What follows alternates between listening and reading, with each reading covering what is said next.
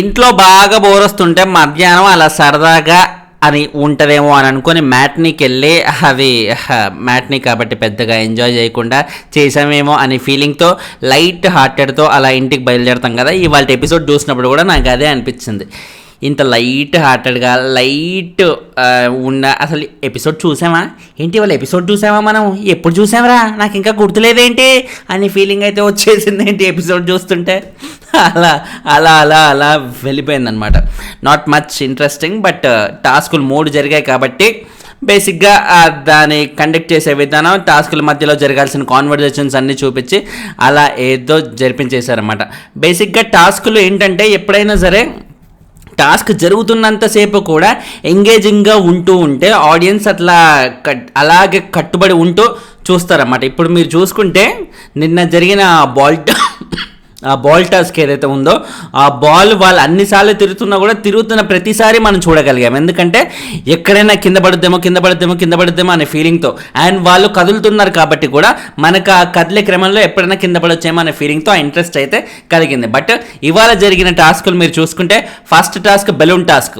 వాళ్ళు ఒకే చోట అలాగే నిల్చుంటారు. అది నీడిల్ ఎప్పుడు టచ్ అవుద్దా అని మనం చూస్తూ ఉండాలి. ఆ నీడిల్ మనకంత క్లియర్గా ఏమైనా కనిపించే క్రమంలో ఏమైనా ఉందా, వాళ్ళు అలాగే కదలకుండా ఒకే చోట నిల్చుంటున్నారు. ఎంతసేపు అని నిల్చుంటారు, ఎంతసేపు అయినా గంటల తరబడి అలా నిల్చున్నా కూడా అది ఖాళీగా కూర్చున్నారేమోరా అనే ఫీలింగే అనిపిస్తుంది. అండ్ వాళ్ళని ఎంగేజ్ చేయడానికి మధ్యలో బిగ్ బాస్ మీరు పాట పాడండి, మీరు అది చేయండి, ఇది చేయండి, మీకు ఇంట్లో ఎవరిష్టం ఎవరంటే ఇష్టం లేదు అంటూ ఈ టైప్లో ఎంగేజ్ చేయడానికి కొంచెం ట్రై చేసి ఆ ఉన్న టాస్క్ని ఏదో ఇంట్రెస్టింగ్ చేయడానికి చాలా శతవిధాలుగా అయితే ట్రై చేసినట్టుగా అయితే మనం అర్థం చేసుకోవచ్చు. తర్వాత క్యూబ్స్ టాస్క్ అంటే ఎస్ త్రూ అవుట్ అది ఓకే, కొంతవరకు పర్లేదని అనిపించినా కూడా మరీ నిన్న బాల్ టాస్క్తో రిలేట్ చేసే లెవెల్ టాస్క్ కాకపోయినా ఓకే పర్లేదు అన్నట్టుగా అనిపించినా కూడా డాన్సింగ్ టాస్క్ విషయానికి వస్తే అది ఏంటది ఎప్పటికప్పుడు అది అల్లారం మోగడం వెళ్ళురకడం ఎప్పటికవుతుంది, ఏమవుతుంది, ఎటువంటి క్లారిటీ లేని ఒక టాస్క్ అనమాట. అంటే టాస్క్ త్రూ అవుట్ మనం చూడలేం కదా. వాళ్ళు ఉరికినరు, సాంగ్ ప్లే అవుతుంది వాళ్ళు డ్యాన్స్ చేస్తారు. ఇప్పుడు వాళ్ళు డ్యాన్స్ అయిపోయి కంప్లీట్గా అయిపోయి మళ్ళీ ఆ బజర్ మోగి వీళ్ళు వెళ్ళే వరకు కూడా మనం వెయిట్ చేయాల్సి వస్తుంది అనమాట.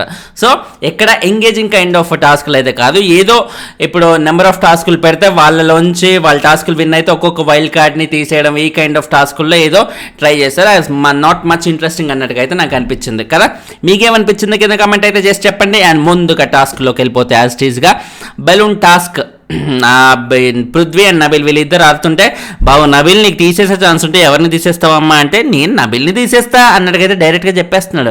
దానికి రకరకాల స్టోరీస్ ఏవేవో చెప్పినా కూడా ఓవరాల్గా తన ఇంటెన్షన్ ఏంటి, ఇప్పుడు మనకంటే ఏ టీంలో ఉన్నాడు, నిఖిల్ టీంలో ఉన్నాడు. సో ఆబ్వియస్లీ పృథ్వీకి కాకుండా ఇంకెవరిని సపోర్ట్ చేస్తాడు కాబట్టి తనకున్న ఒపీనియన్ ఓపెన్గా చెప్పేశాడు. సో అది ఆ విషయంలో డెఫినెట్లీ మనకంటే అప్రిషియేట్ చేయాల్సిన అవసరం అయితే ఉంది. మన పృథ్వీ ఎలాగో విన్ అయ్యాక వాళ్ళ టీంకి 1 lakh వచ్చింది.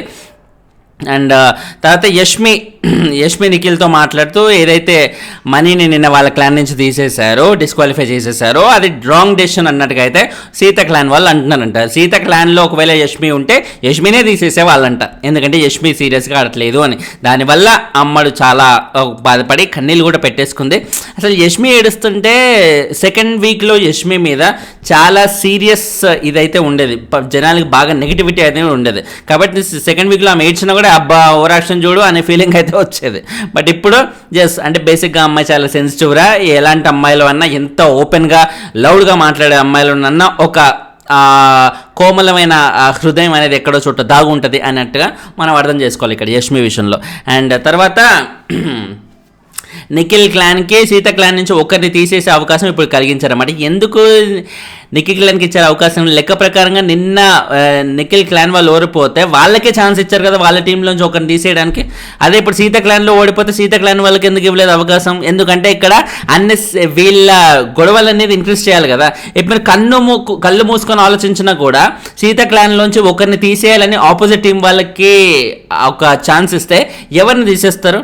నబీల్తో పోల్చుకుంటే నబీల్కి దరిదాపుల్లోనైనా ఇంకెవరన్నా ఆ రేంజ్ స్ట్రాంగ్ ఉన్నారా వాళ్ళ క్లాన్లో, ఎవ్వరూ లేరు. అందరూ లేత హృదయాలు అమ్మాయిలు వీళ్ళలాగే ఉన్నారు. కానీ ఆ లెవెల్లో నబీల్ లెవెల్లో ఆడే రేంజ్లో ఎవ్వరు లేరు.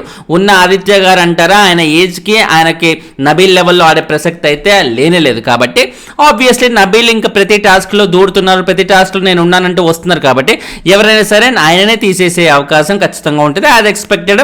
నిఖిల్ వాళ్ళు కూడా అదే ఇంటెన్షన్తో నబీల్ని తప్పించేసినట్టుకైతే మనకు తెలుస్తుంది అన్నమాట. సో ఇక్కడ నబీల్ని తప్పించడంలో నిఖిల్ వాళ్ళు ఆలోచించింది ఇదే. ఇన్ఫాక్ట్ ఇదే ఆలోచించి వాళ్ళ కాంపిటీషన్ తగ్గుతున్న ఉద్దేశంతో వాళ్ళు ఆలోచించారు. వేరాస్ ఆపోజిట్ క్లాన్లో వీళ్ళందరూ ఏమంటున్నారు, ఇప్పుడు సీత అది కాదమ్మా, ఇప్పుడు బేసిక్గా మనం కొట్టుకోవడం కాదు కదా, మన ఇద్దరం కలిసి వైల్డ్ కార్డులను ఆపడమే మన టార్గెట్గా ఉండాలి. టార్గెట్గా ఉండాలనుకున్నప్పుడు మంచి ప్లేయర్స్ టీంలో ఉంటే వాళ్ళు ప్రాపర్గా ఆడి మన ఇద్దరిలో ఈ టాస్క్లు ఎవరు విన్ అయితే ఏంది, మన మెయిన్ టార్గెట్ వైల్డ్ కార్డ్ని ఆపడం. కాబట్టి ఎవరో ఒకరు విన్నారు.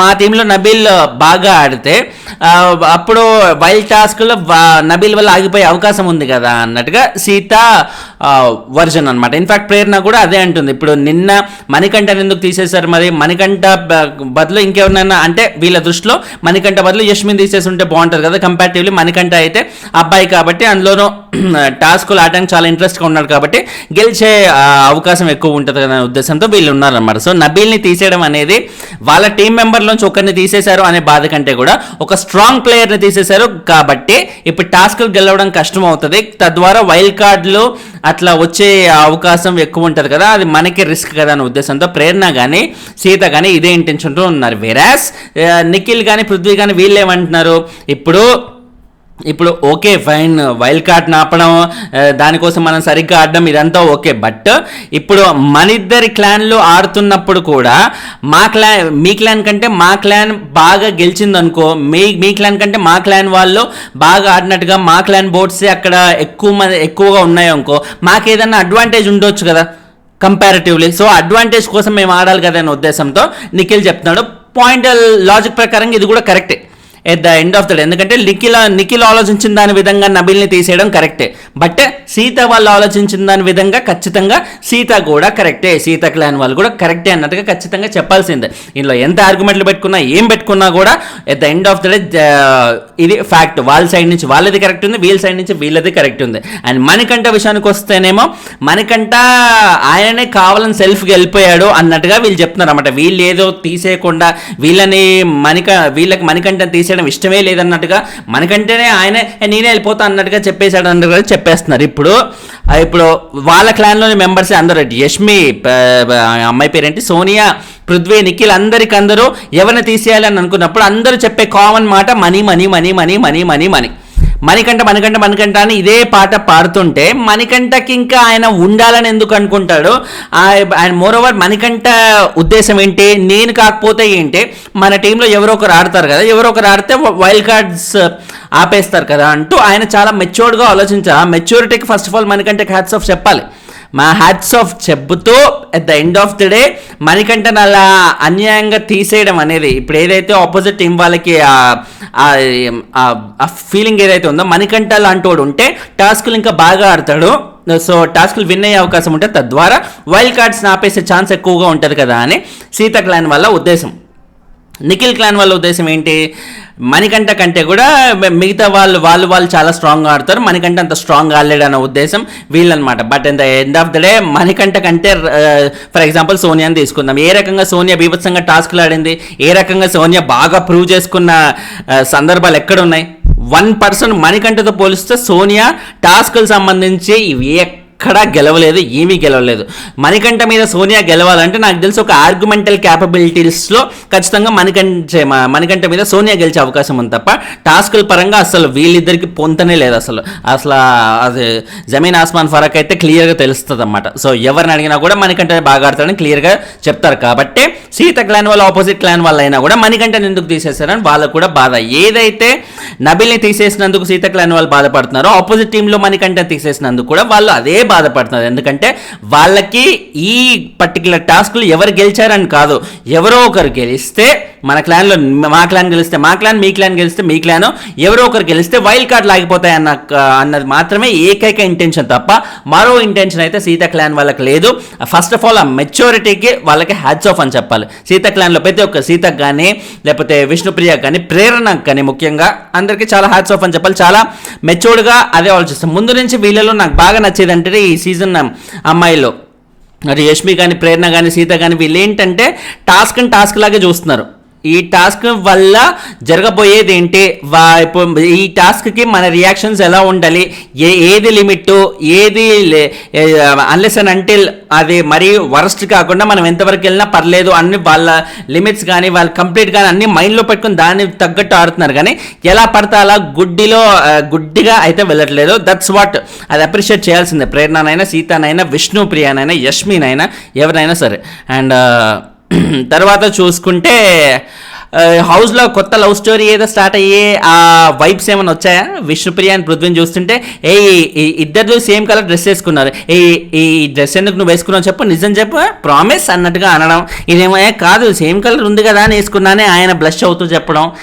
ఏంటో రామా ఏదో ఏమో గుర్రం ఎగరవచ్చు అన్నట్టుగా అయితే ఉందన్నమాట.